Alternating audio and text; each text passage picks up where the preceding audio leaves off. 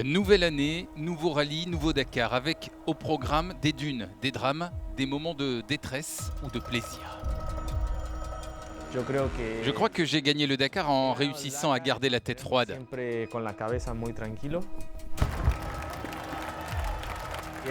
J'ai décidé de changer d'équipe, c'était une question d'objectif en fait. J'ai toujours été une personne qui cherche quelque chose en plus.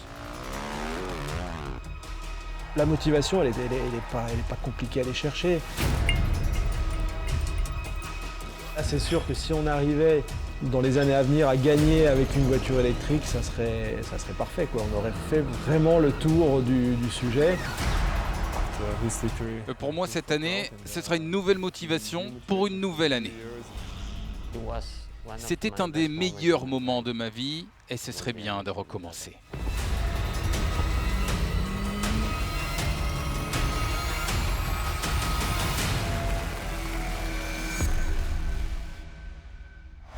Première étape aujourd'hui, une spéciale de 19 km qui va permettre de déterminer l'ordre de départ du premier vrai test dimanche, demain. Départ de Jeddah, direction le nord-est jusqu'à Haïl. Je suis vraiment très excité, très nerveux. Et je vais voir ce que le Dakar va donner. C'est un mélange de plein de sensations. On est excité, on a hâte, on n'a pas hâte, on ne sait pas trop ce qui va nous attendre. Donc il faut que ça parte. Pour moi, tout est vraiment grand en ce moment et mon but, ce sera d'apprendre tous les jours et d'atteindre l'arrivée des étapes tous les jours. Je suis très nerveuse, mais ça va, allez. Je n'ai pas peur, juste excité. J'ai vraiment envie de faire partie de cet événement. Je suis vraiment très excité, ça ne pouvait pas mieux commencer pour moi. Être le 1er janvier, faire ce que tu aimes, que demander de plus?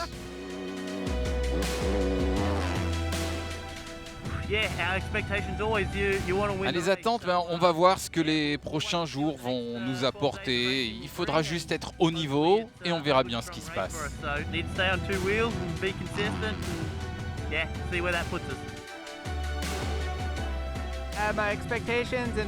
Mes attentes, mes sentiments, en fait l'an dernier ça ne s'est pas si bien passé. Là je veux aller au bout et si j'y arrive à aller au bout, ça ne sera pas si mal à mon avis. Moi je veux faire du mieux possible, faire une belle course. Première victime du Dakar 2022, l'ancien champion du monde de ski freeride, Guerlain Chichery. Il s'arrête, problème de capteur électrique. On a bossé pendant 2 ans, on a fait beaucoup de kilomètres de tests, on avait des problèmes qu'on a réglés et ça c'est une panne qu'on n'a jamais eue malgré les milliers de kilomètres de tests qu'on a fait. On allait dans le sable, dans les dunes, on a essayé toutes les conditions, tout allait bien et voilà. Et là on ne sait même pas ce que c'est. On pense que c'est un problème capteur. Je pense que c'est mal barré.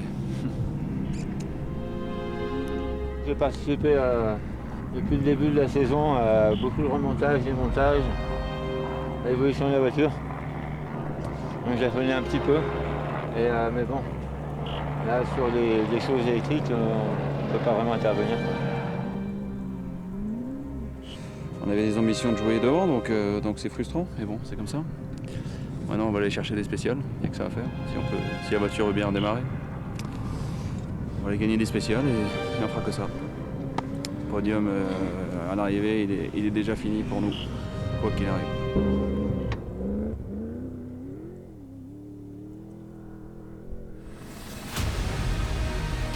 Dans la catégorie moto, le tenant du titre, Kevin Benavides, prend un bon départ. Malgré le stress d'une première journée, l'Argentin termine 4e à 2 minutes du vainqueur du jour. Pour Ross Branch, selon lui, c'est le meilleur départ possible. Le motard du Botswana fait mieux que ce qu'il pensait et se classe 3e. De son côté, Pablo Quintanilla termine 2e. Le vainqueur du récent rallye du Maroc en octobre dernier ne concède qu'1 minute sur le leader de la course. Et le premier leader de ce Dakar 2022, c'est Daniel Sanders. Première victoire d'étape sur le rallye, sûrement pas la dernière. L'Australien partira demain avec exactement 1 minute d'avance sur Pablo Quintanilla. Aujourd'hui, pour les motos, tous les temps étaient multipliés par 5. Le top 10 se tient du coup en 3 minutes.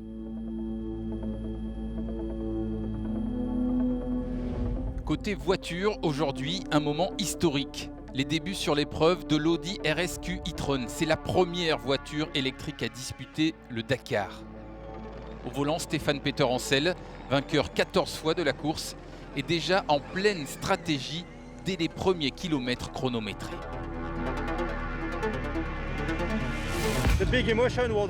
La forte émotion, c'était sur la ligne de départ parce que tout le monde attendait les premiers kilomètres de la course.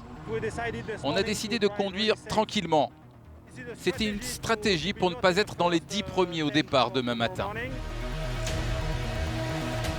À chacun sa façon de faire. Sébastien Loeb, lui, choisit un rythme plus rapide aujourd'hui dans sa Hunter BRX Pro Drive. Ouais, la stratégie, c'était d'essayer de faire un temps quand même, histoire de pouvoir un petit peu choisir notre position pour demain, effectivement.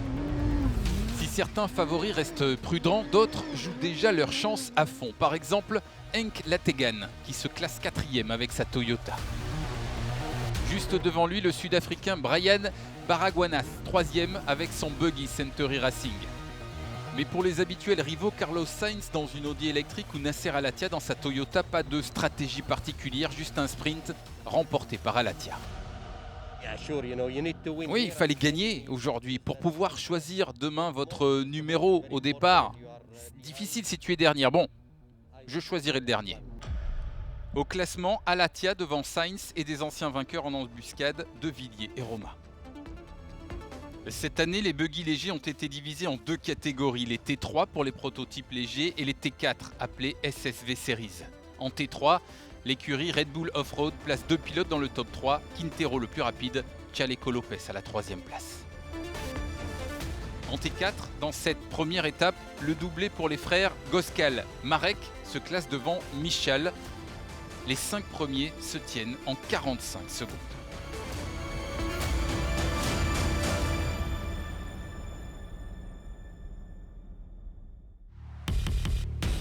En quad, le top 5 du Dakar 2021 est de retour cette année avec notamment Manuel Andújar, le premier à conserver son titre dans la catégorie depuis 2012. À surveiller aussi le Français Alexandre Giroud qui a dû abandonner 2 fois depuis l'arrivée du rallye en Arabie Saoudite. Les années changent, mais le rythme reste le même pour Andújar. Il gagne l'étape à Haïl, 19 secondes plus rapide que Giroud. Mais comme les chronos sont multipliés par 5, cela lui donne 1 minute 35 d'avance sur le Français au classement général. Dans la catégorie camion, faites vos jeux. Les Kamaz sont les grands favoris, ils le prouvent. 4 Kamaz aux 4 premières places dès la première étape avec la victoire pour Edouard Nikolaïev. Demain, terminer les podiums de présentation, ce sera la suite de cette étape numéro 1, une grande boucle sablonneuse au programme de 333 km et ça n'est que le début de l'aventure.